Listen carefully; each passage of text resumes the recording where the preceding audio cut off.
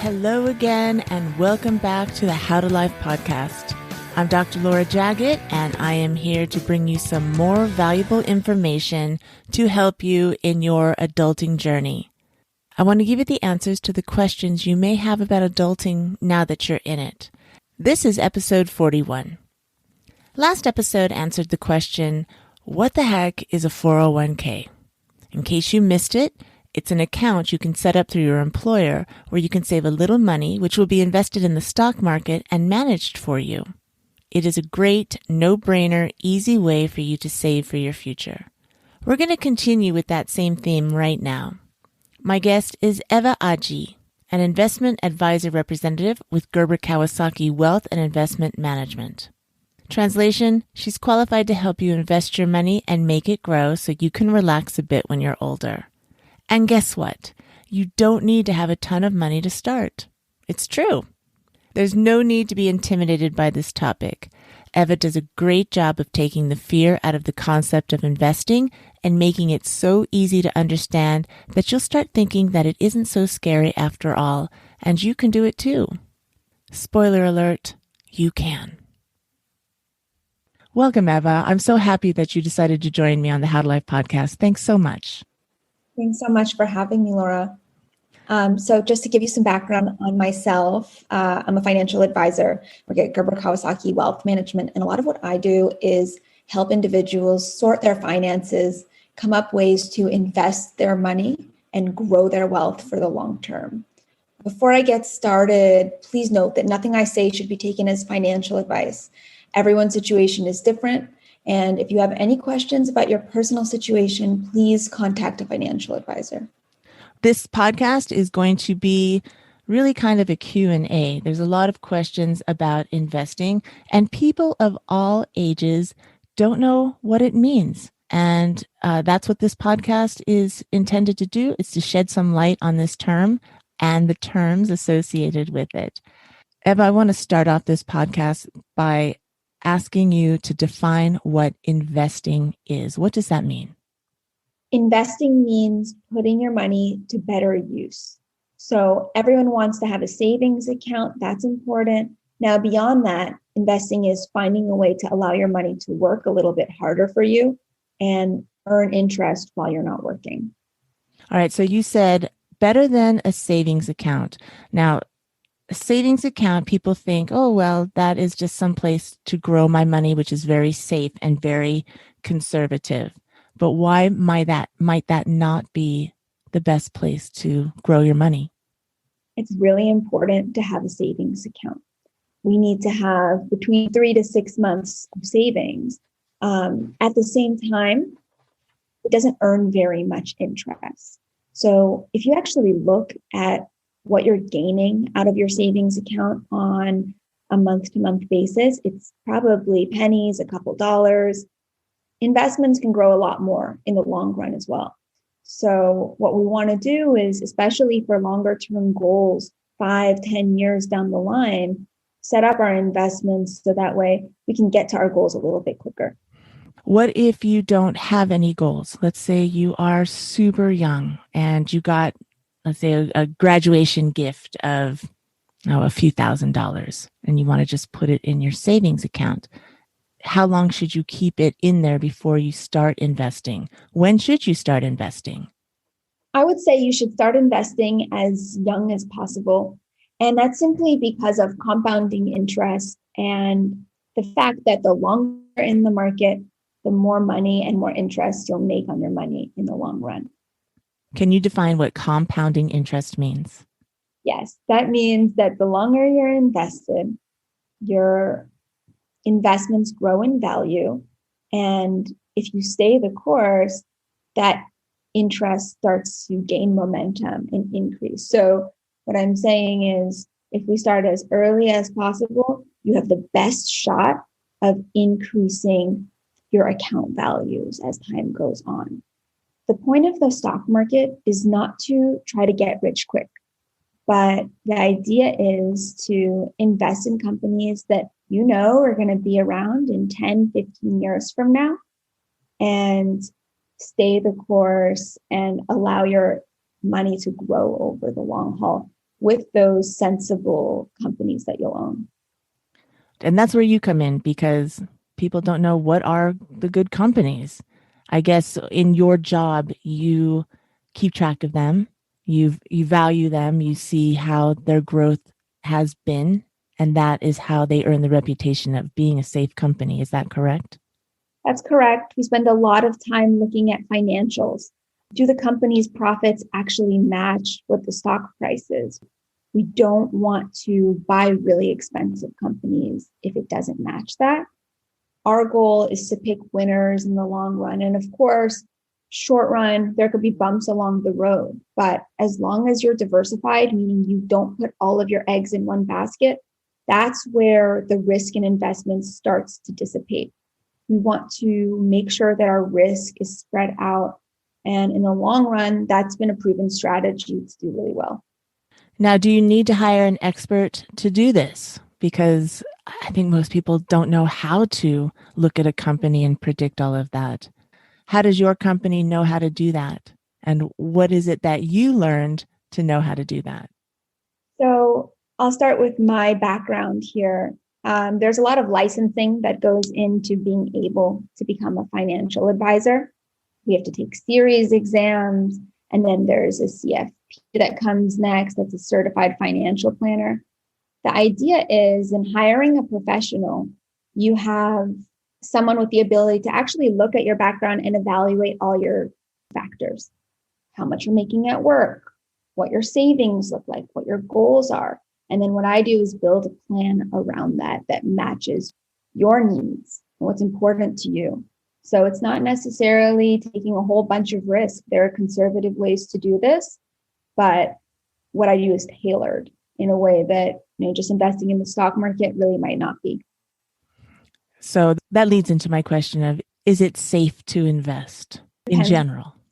Absolutely. So in general, you have to make sure that you're not taking a whole bunch of risk. And that means, again, as I said before, evaluating the companies you're looking at.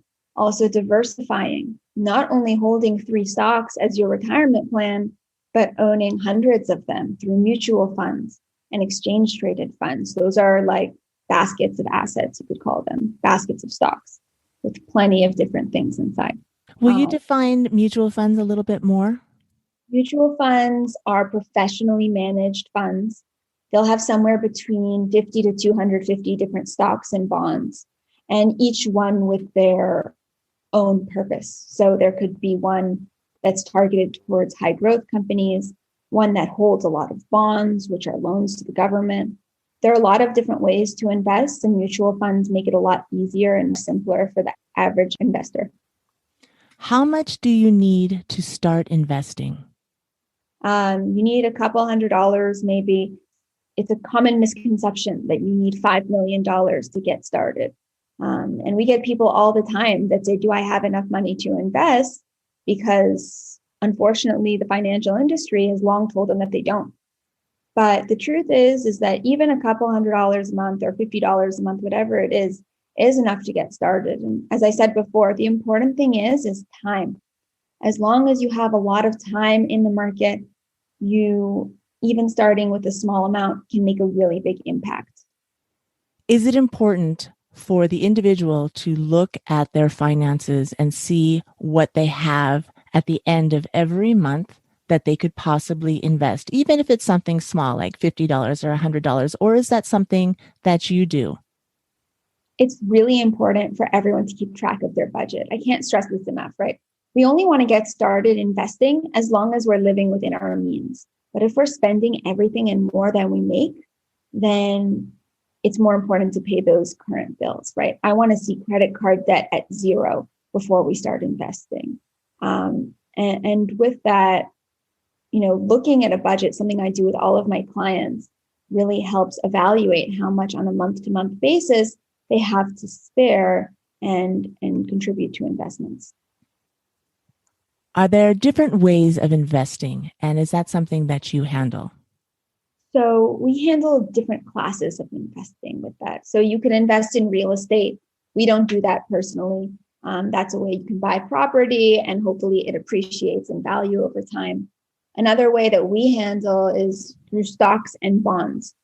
Stocks represent ownership in a company. So for example, you own stock in Apple, that would make you a partial shareholder of Apple. And with bonds, the idea is that you're taking a loan or giving a loan to the government or a corporation. And with that, what you can expect is a guaranteed return of principal and guaranteed interest payments. Bonds are 3 times as big as the stock market. So really interesting there is that people don't really understand them, but it's a great stable way to invest without taking on a lot of risk. And really, you need the time to see noticeable appreciation, which means an increase in your money. Absolutely. So that's where stocks come in. We need to own stocks for that growth factor of our money. Bonds give a small yield, but again, it's small. Stocks will be a lot larger than that. Again, when we own these diversified portfolios. But being in the market for the long haul makes the risk factor go down. So an interesting statistic here. If you're invested in the S&P 500, which is the market, as people call it, when people say the market went up or down, they're talking about the S&P 500. If you were invested for 1 year, that's 79% of the time you would make a profit, and 21% of the time you'd actually lose money. So that's not long enough. Now we go to, let's say, 10-year period, 97% of the time you make a profit, 3% of the time you lose money. If you're invested for 20 plus years, like many of my clients are for retirement, then at that point, 100% of the time you make a profit. So your risk actually goes down. At that point, if you're invested for the long haul, the risk is not investing. And these statistics are based on what? How many years? It's based off a 50-year rolling period. So it could be any 20-year period between 1950 to 2020. So that sounds like it's pretty safe if you're in it for the long haul. If you're in it for the long haul, exactly. Shorter term, there are corrections along the way and there are bumps. Investors need to be aware of that, and they need to be understanding that the stock market doesn't only go up. And that's why I create a plan for my clients, so that if they have goals that are less than 20 years away, then their risk is minimized. So I'll incorporate bonds into their portfolio. That way, if stocks go down, their portfolio goes down a little bit less. And it creates that added barrier of security for them within their portfolio.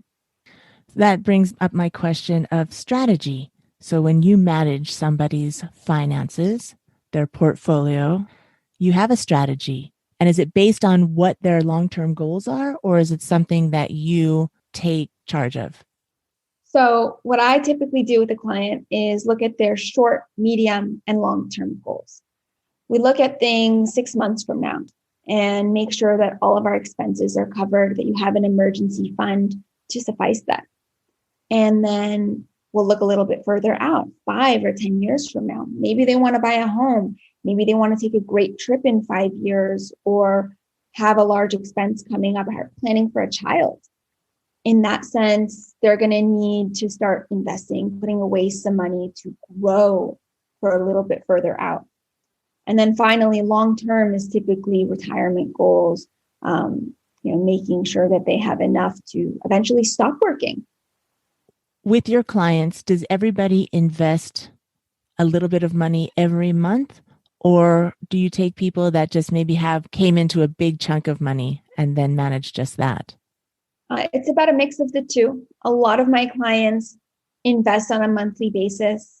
And a lot of that is because, first and foremost, $500 a month looks a lot less scary than $6,000 in a year.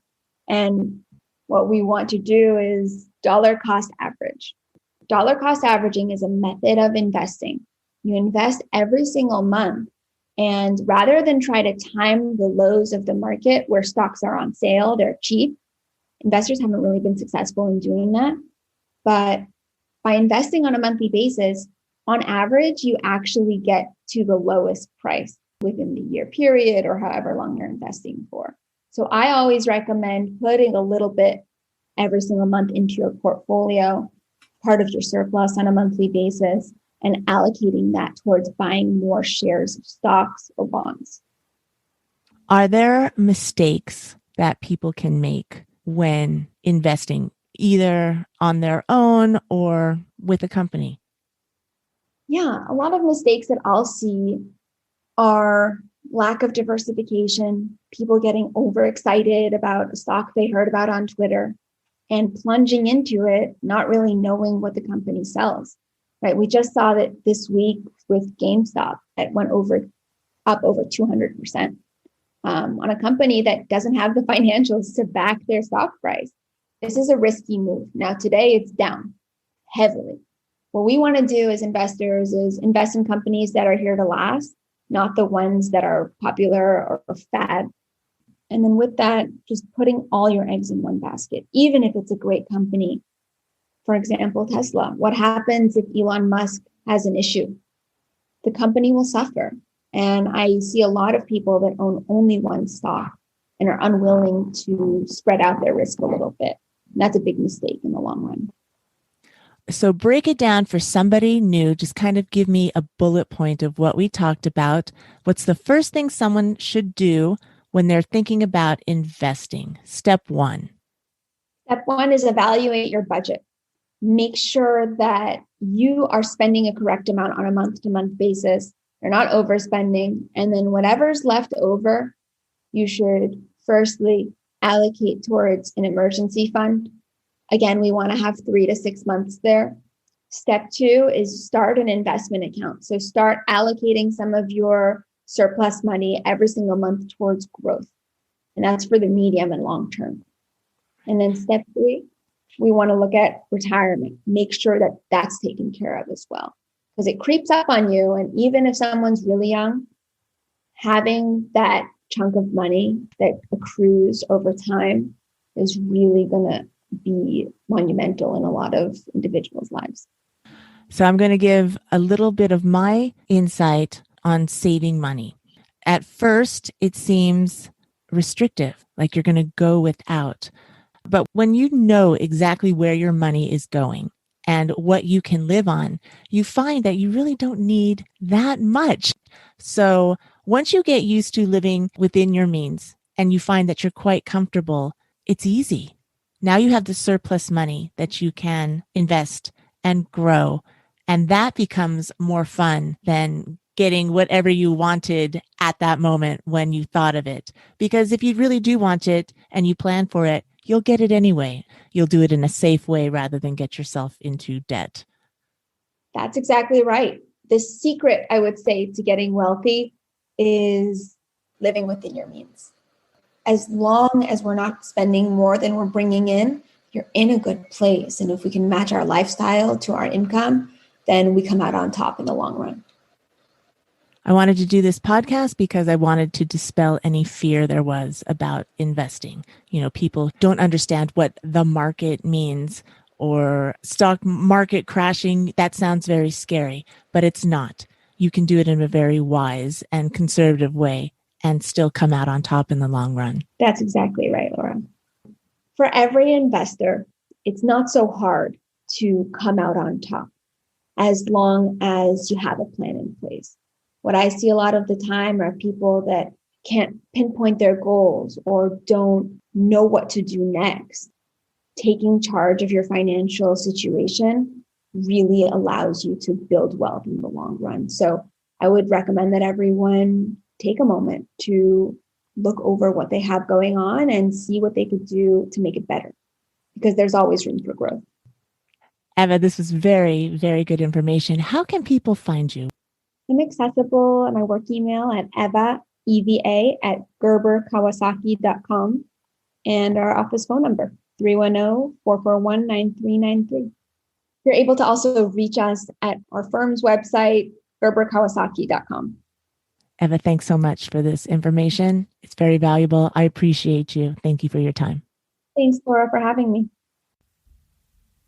The way to feel comfortable with something new is repetition. For me, the topic of investing, retirement plans, portfolio was intimidating for a long time, and I realize now it was because I had no information about it. I was in the dark, and the unknown is scary. But it's not anymore, and I hope that this episode and some of the others I've done about getting your financial house in order are helping you feel more comfortable.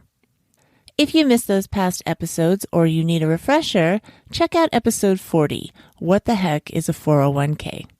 Episode 18, Make a Budget and Get Out of Debt. Episode 10, Money Smarts, which talks about all the banking and investing terms mentioned here. My guest, Randy Levenbaum, breaks it way down and defines them in simple, plain English.